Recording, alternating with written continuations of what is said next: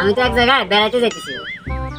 তো বেড়াতে যাইতেছেন, সাথী কুতুর তলে বোতল গলা দুলে, আবার ফ্যান তো গলা দুলে রাখছেন, বিশিন ব্যাগের ভিতরে ঢুকে রাখছেন, আবার গেঞ্জিতে গলা দুলে। হ্যাঁ, বাংলাদেশের হিট অফিসারে কইছে ঘরের তুন বাইরে হইলে গরম মানে নিয়ন্ত্রণে রাখতে হলে ছাতা, জলের বোতল, ফ্যান নিতে হইব, ফাঁকা নিতে হইব, আবার টুবি আছে, টুবির লগে করে নিয়ে বাইরে হইতে হইব। যদি টুবি ফ্যান এগুলো লগে করে বাইরে হয় তাহলে গরম কম লাগবে। কিন্তু এখন গরম কিভাবে কম লাগবে? ফ্যান লগে আছে কিন্তু কারেন্ট নাই। বাইরে ভাই বিছিন আছে, মাগার বিছিন না কেউ নাই।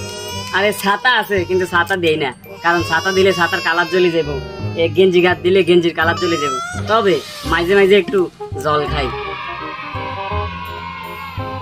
তো এই হিট অফিসারের কথা রাখতাম যাইয়ে এত কিছু মনে করেন লগে লগে হাঁটা লাগতেছে, এই আর কি ভাই।